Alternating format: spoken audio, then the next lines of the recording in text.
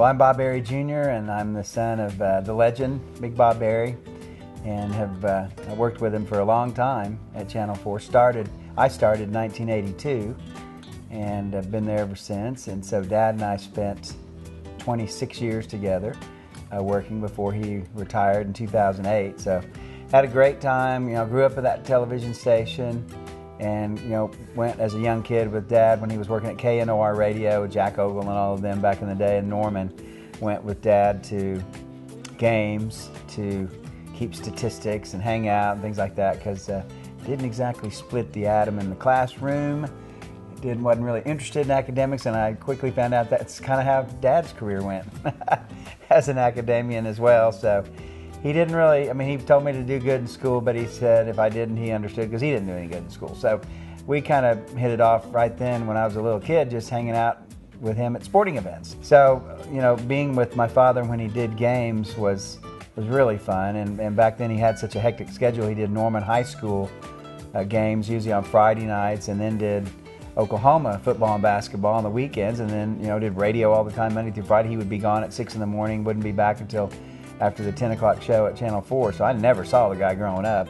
But we talked a lot on the phone, and that was kind of fun. But he got his play-by-play break when he did Norman High School football, because he was doing games for Bud Wilkinson's sons.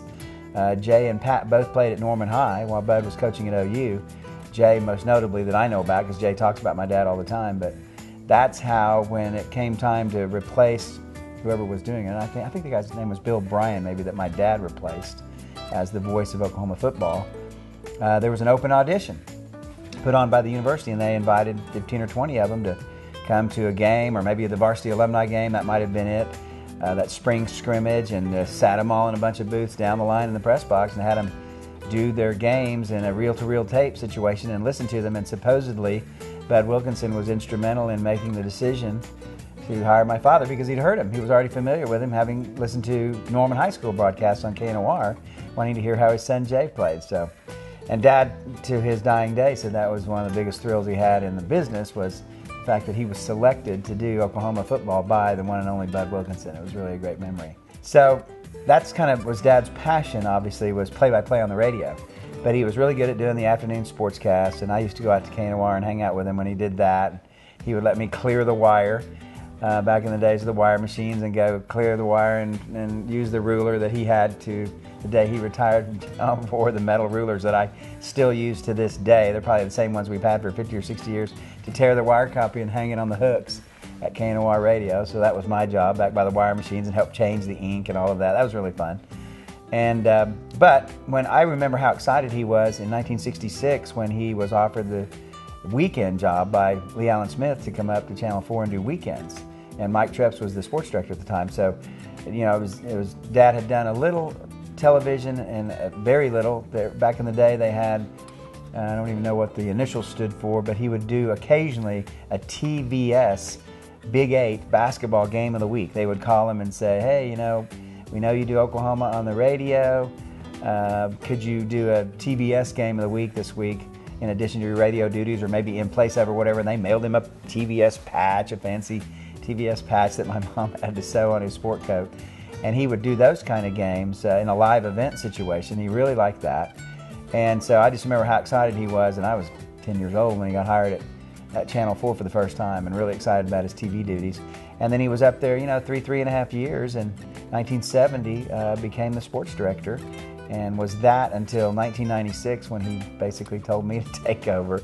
He would always say stuff later on, which a lot of you can relate to. I'm getting out of here at just the right time. You can have this stuff, and I'm going on, because he was at such a glorious time in television. I always used to just sit there and want him to tell me stories, and he'd tell me about the time Mr. Gaylord said, yeah, you can go to the Olympics, in Munich. Go all you want. How many people you think you need, Bob? And Dad would, rip off the names, Daryl Barton, Bob Dotson, whoever, and they'd take a crew of 4, 5, 6 people and go to the Munich Olympics in 1972, and we know what happened there.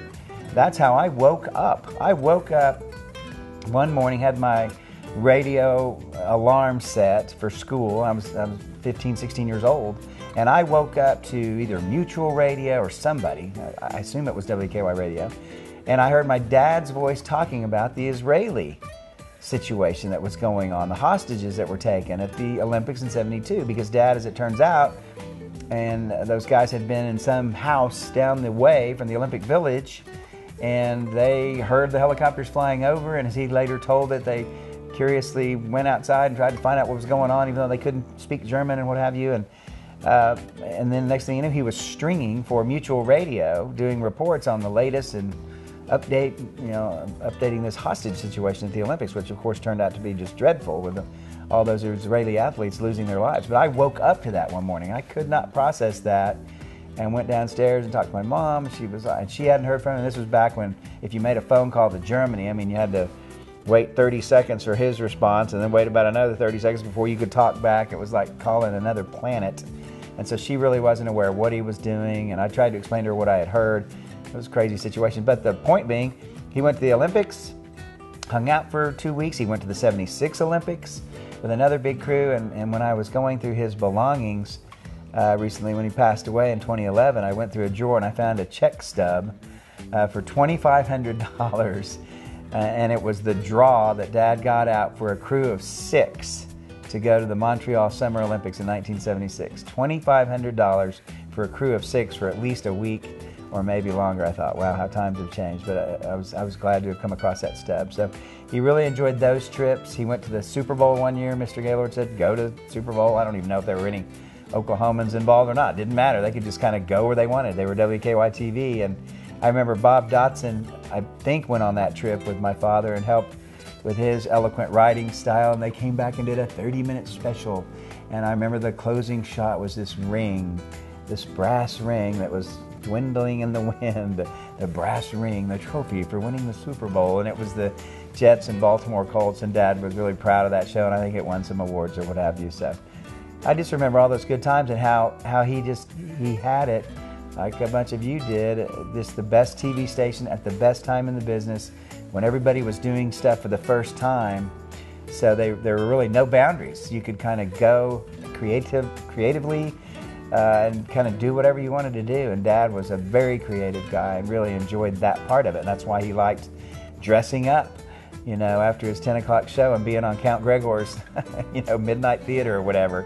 He would play roles there, and then he may have even appeared in a Foreman Scotty or two. I don't know. He just told me he liked doing that stuff because he grew up in drama when he was a junior high and high school student. So he fancied himself to be a thespian. But so Glory Days at Channel 4 continued, and one of his favorite segments ever was Football Predictions with Linda. And Dad, again, being the drama king that he was in high school, he enjoyed the production of those more than anything.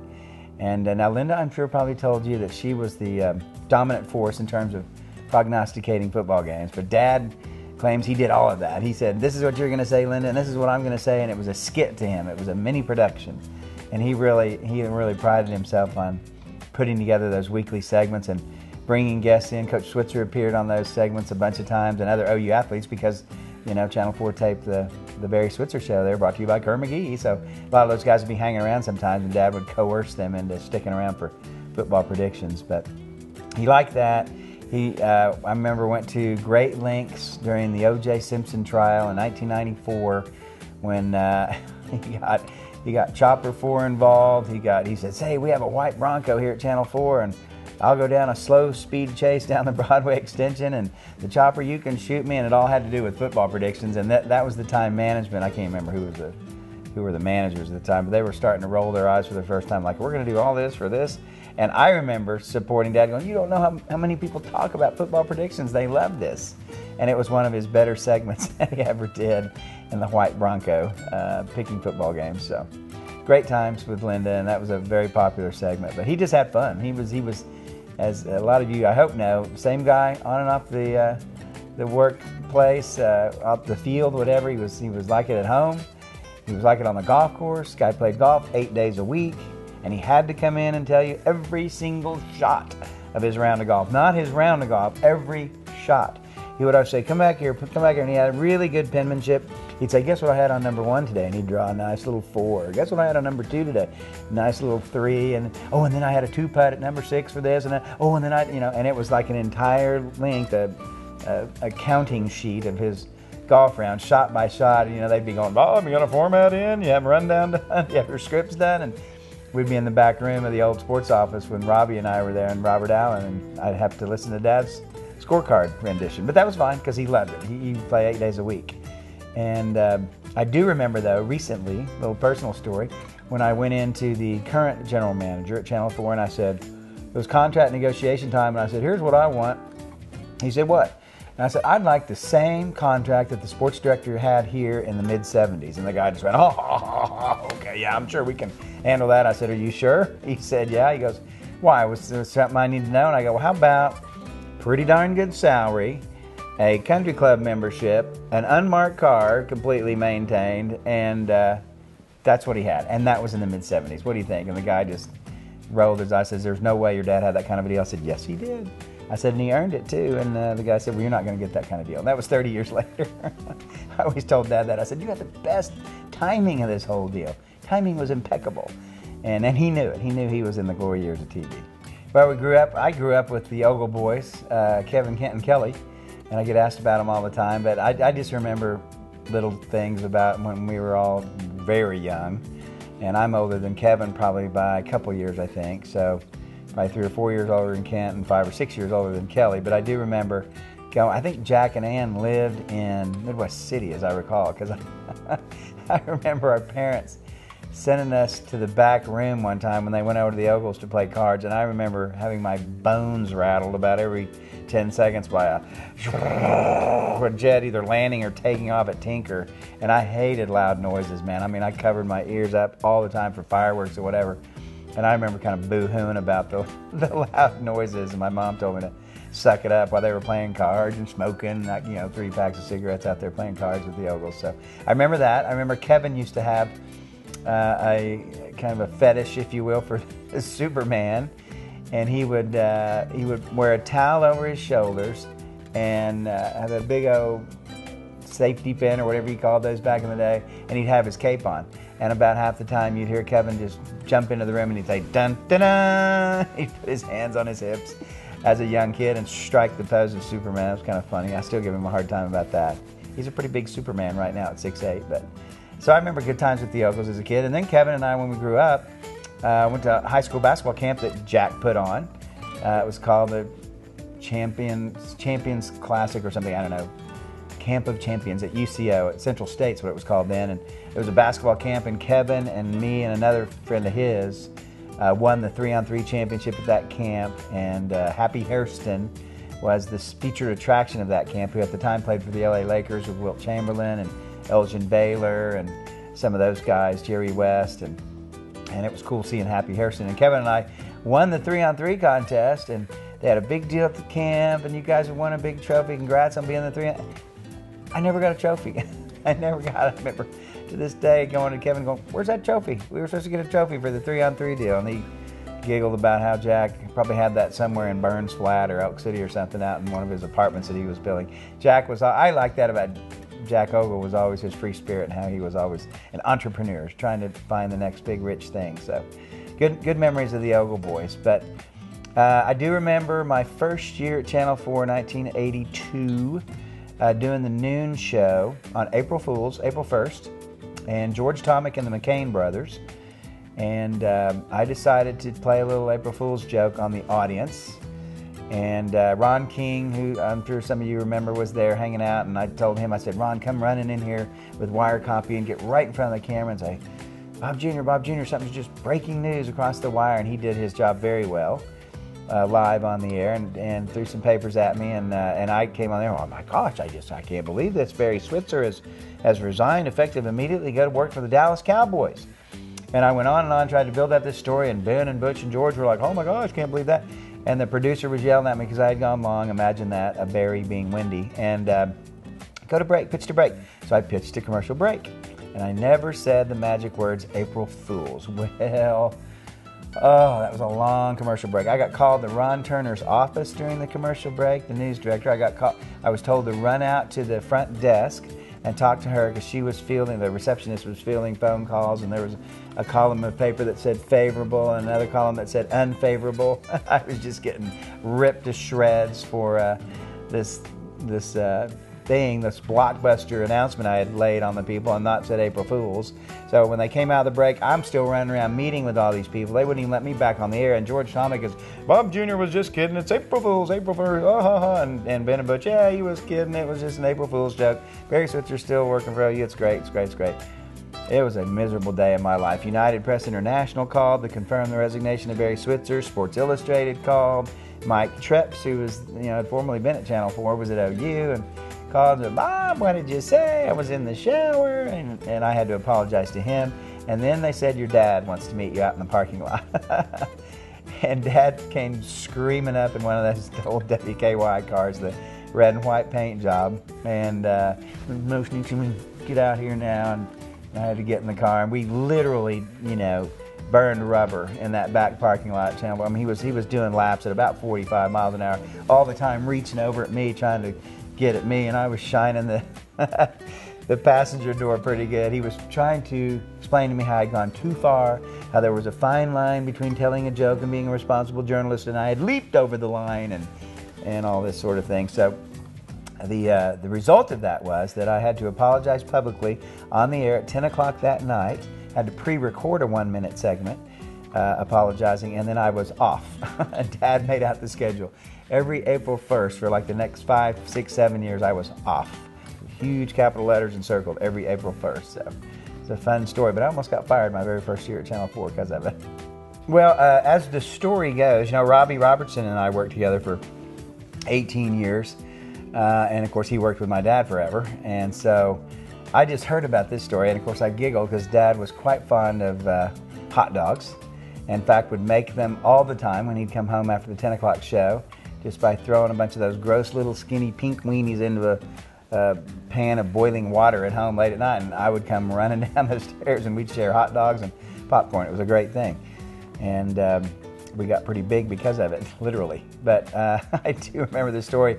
Robbie told, I guess they went to some football game and they were both all fired up to get some hot dogs, before the game or at halftime or whatever, because they were going to have to haul the equipment and get out of town pretty quick afterwards, or go meet their plane or get in their cars and get out of there. And sure enough, they all had their minds set on these hot dogs that they were going to have after the game. And perhaps Robbie went to fetch them or whatever and found out no hot dogs. They'd run out. And everybody was kind of bummed out because they'd been kind of thinking about it. And they got back either in the plane or the car or whatever. And my dad, when I heard this story, I laughed immediately because somebody said, your dad was wearing binocular cases around his neck. I go, binocular case? My dad didn't even know how to spell binoculars, much less wear them. And as it turns out, Robbie had the real binoculars around his neck. Dad had the case around his neck. And while everybody was kind of grumbling about no hot dogs, Dad opened up that binocular case, and the slots where the binoculars went, he pulled out 2 nice piping hot dogs that he'd had in there that he'd somehow bought before the game or at halftime or whatever, and he just ate them in front of everybody and laughed about it all the way home. So that was him, connoisseur of food, and no one had a stash food. I can't tell you how many times I opened up the cabinets at home in Norman, true story, and Snickers bars would just come flying out like somebody was in the cabinet throwing them at you.